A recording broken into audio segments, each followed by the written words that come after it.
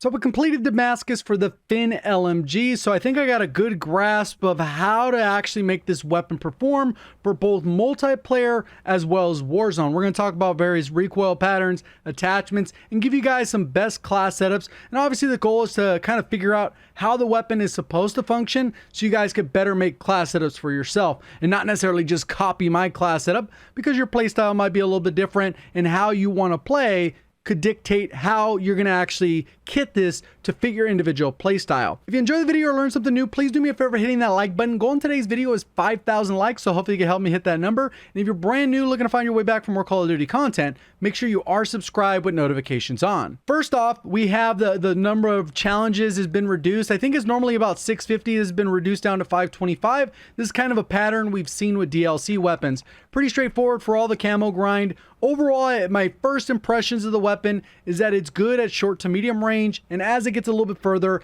it can tend to struggle. So pretty straightforward, all of the challenges to get gold, platinum, and then obviously Damascus. So one of the big things I like to cover is the various recoil patterns when you use individual attachments. I kind of skipped the first attachment, which is the muzzle, primarily because almost everyone goes with some kind of suppressor, which is not going to affect the recoil. So overall, we have the Finn here, kind of straightforward. 30 bullet spread. Obviously I could do 100, but then it's going to shoot up the entire wall, or 75. And this still gives us a good idea of what is happening with the individual recoil patterns. And then we actually have two versions of the gun. We have the basic version, and then we have these adverse versions. With the adverse, you're typically getting a little bit faster fire rate, which leads to more recoil because the gun doesn't get a chance to center itself again quite as fast. Also, through just using the weapon, this gun has a lot of idle sway, and it feels just like more than other weapons, but that could just be a little bit of placebo, but we're going to go ahead and take a look at that stuff as well. Overall, we have the Finn basic recoil pattern. If you put on the factory adverse, you can see that you end up with a little bit more recoil, and the spread between shots is there. We can see that it tightens it up and compresses that recoil pattern. Pro Twist adverse, pretty much all the adverse is that faster fire rate, closer to that 1,000 RPM. So right there you can see it almost doubles the recoil pattern, and the gap between all of those various shots is significant. Then we have the long shot adverse, which is the best recoil control version of the adverse barrel. I know that sounds a little confusing, but like I said, there's one that has a faster fire rate, which leads to more recoil, and this is the tightest of that bunch. Then we have the Harrier adverse, and then that's pretty much how those work. And then we can kind of get a general look at how this weapon performs. Overall, I didn't think the Commando would do much, and over here it's not looking like it is. You can see the vertical on this didn't change much. The side to side isn't looking like it's changing that much either. As far as the Merc goes, you get a little bit of the cut down, pretty tight there. The only reason for this big curve here is because the stabilization of the weapon. If there's too much idle sway, you can get inconsistencies in your recoil patterns. So just something to keep in mind. But overall, you can kind of see it is cutting it down. And this is a pretty similar trend that we see when we compare multiple rifles, LMGs, and stuff like that with the Merc, Ranger, and Operator. As far as the no stock goes, it doesn't look like it's actually hurting it quite as bad as I thought it would. And obviously you can see it is extending it out. So that part's pretty straightforward. Now let's go ahead and talk about how this weapon compares damage-wise head-to-head versus the meta weapons of Warzone. And for a lot of the weapon stats, we're going to actually be referring to TrueGameData.com, which I've shouted out quite a bit before. And for this video, I'm going to give it a little bit of an extra shout out. I want you guys to go ahead and click on his YouTube channel, which is on that main page, or you can go ahead and click it down in the description, and let's get him over 2,000 subscribers. Sitting at 610 as of me making this video. Let's bump them up, get them over 2,000 subscribers. There's a lot of work that goes into the testing, so go ahead and hook them up. Let's get them to 2,000 subscribers. Let's get back to the breakdown. So there's actually a couple different options on the website when it comes to the new Finn LMG. We have the regular base version, and then we have the factory adverse. So pretty much all those barrels that have the adverse attachment. And the main reason we're going to do that is because you can see the base RPM, or rate of fire, is 630, and it does the same damage to the head and chest, which is a little bit odd, but that's kind of how it works. And then the stomach and then all the limbs is going to be 28 damage, which this kind of lines up with how the damage works for most of the 5.56 weapons, which this falls into the 5.56 category. We'll look at the various damage drop-offs as we get to the damage part.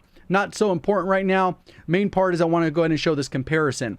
If you go with the factory adverse, you end up with a 996 RPM. Headshot and chest shot is 28 damage, and then it drops down to 22 for the stomach and the limbs. And this damage profile and this weapon is very similar to the M13. That fast fire rate, you still got to land your shots, but what tends to happen with the fire rate that high is you end up firing so many bullets that you need to reload, which makes sense. But the problem with an LMG is it has a very slow reload time, which we're going to talk about when we get to this next part. And in addition to whatever we end up looking at, this ends up having an open bolt delay of 67 milliseconds. And what an open bolt delay means is when you pull the trigger, there is a 67 millisecond between you pulling the trigger and it actually firing a bullet. And this is for every single time you let go of the trigger and pull the trigger again, regardless if you're on controller and you're pulling that trigger or you're spamming the left mouse click on your mouse. So that ends up putting this weapon very hard to use, especially if you're challenging someone at range where you're maybe not going to be able to land all those shots and line it up perfectly. So if we look at this base Finn LMG without the other one, you can see that when you go through here, we have all the different various pros and cons. Let's go with the monolithic because that's what most people are going to go with. Barrel, you get some different options here. Bullet velocity is incredibly important in Warzone. And then we also have the range modifier there. And we go through, we could do this for all the attachments. When you put on the different ammunition, you really don't want to switch it to those CT rounds. The main reason for that is look at the bullet velocity here. You end up with a negative 43 and 43. So that means that your bullets are going to have some struggle actually connecting with the target, or they're going to have a little bit of dip off. So I put together a couple classes that I think are going to be ideal for Warzone, and what we're going to look at here is primarily the aim down sight time. You can see that it's right in line with the Bruen, the Kilo, the Finn. They're all pretty kind of in line there. As far as that part goes, the hip fire accuracy is no worse than the Bruen, and so it's kind of right in there. It's kind of like in line with that.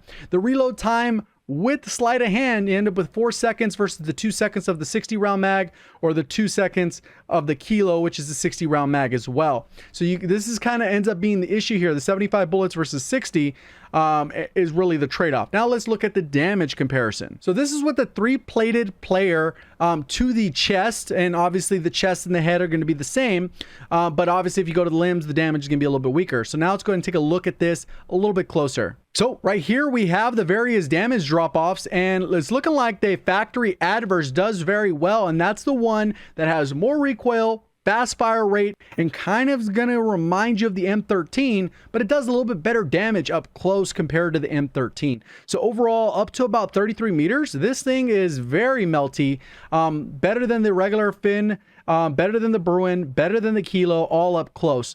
So you could always kind of have this as your short to medium option if you stack it towards close range engagement. So maybe no stock because you're only going to be using it up close, and maybe use a long range rifle or a sniper rifle and you stack it with there. So you can have that little bit of balance, and maybe it fits into that area because if you stack it this way, you're just probably not going to be able to hit shots at targets at far range, just because the way the bullet drop off is, the recoil, all those variables can make it a little bit more of a challenge to actually reach this statistical minimum time to kill. And especially if you release the trigger, open bolt delay slows down your time to kill there. As far as the damage drop-offs here, it's pretty much better all the way up to about 60 meters, which is a pretty solid as long as you're able to hit your shots and you can find the class setup that works for you, whether you want to go with the Merc, the Ranger, the Operator, the Commando, whatever, or one of these various barrels of the adverse ones. Obviously, this is going to one that gives you the most range. You can kind of see how that works with bullet velocity. But this it is actually very good up close, and it's even really good at far ranges with this adverse, but I think it's going to be very difficult for most players to be able to hit those shots at range, and that's where it's going to end up struggling. So if you can master it, this weapon is a melt machine. When it comes to the regular Finn without the adverse barrel, so if you just use any of the other ones, you're going to get good recoil, good handling, all that stuff. The TTK is okay, but it's nothing special. You're not going to be like, yeah, this is broken. It ends up being a little bit worse than the Kilo until it meets up with the Bruen over here at about 70 meters. So this is a huge distance. So overall, not a bad weapon. I don't think it's going to take the meta over because of the recoil being a little bit too high of a skill gap. Even though I think people will like it, you're going to end up issues with reloading. The ammo is just not enough. Like, there's a lot of variables. I think if this weapon could maybe have like 6 attachments or a 60 round mag that allows you to reload faster, that doubles as a sleight of hand the same way Bruen is, I think this could be top tier, but because of some of the issues that it has and being the LMG category, you're going to run into some issues. So that brings us to the class setup. What do I plan on using with this weapon if I were to mess around with the Warzone? I'm going to use the monolithic suppressor, extra bullet velocity, suppressor staying off the map. I think I would go with the long shot advantage, even though it's going to be a little bit slower. It's going to allow me to hit those shots. I'm not going to run out of ammo quite as quick. Like I said, you could go the other route if you want to go the long shot adverse, but that fire rate, recoil control, you're going to end up with some issues. It's got to be either one of those. So it's kind of a trade-off. I think this one will be good for the closer range engagements, and then this will be good for medium to long, just because you're not going to run out of bullets quite as quick. It's kind of one of those things you're going to kind of have to do both and feel which one ends up working better for you and your playstyle and how you're going to stack this with an individual weapon. So when it comes to the underbarrel, it was a little bit even there with the Merc, Ranger, and Operator, kind of as we saw. This one's more of a feel. So it's really a matter of preference. Personally, when I end up using the various ones as I was leveling it up, because I do use the weapon as I level it up and do the camo challenges, I felt like the Ranger foregrip was just better, even though on the recoil chart it didn't feel like it was a huge difference, or didn't look like it. The Ranger foregrip for me was my go-to. ADS speed is typically, especially in multiplayer, when I was leveling it up, you want to go with the tac laser just because that's kind of how it works, and then you put on some kind of optic. I know Warzone meta is more the hollow sight with the blue dot. So that's pretty much what I was running when I was leveling it up. I was messing around, unlocking the different challenges. And this is kind of the class setup I ended up with. Nothing crazy there. I definitely recommend trying those things out on your own. Check out that site. Definitely go subscribe to him. Let's get him over 2,000 subscribers. Make his day, because he is an absolute grinder. I do appreciate all the support on the channel. If you guys did enjoy the video, let me know by hitting the like button. If you're brand new, want to find your way back for more Call of Duty content, make sure you are subscribed with notifications on. Appreciate all the support. Thank you for watching. As always, have a great day.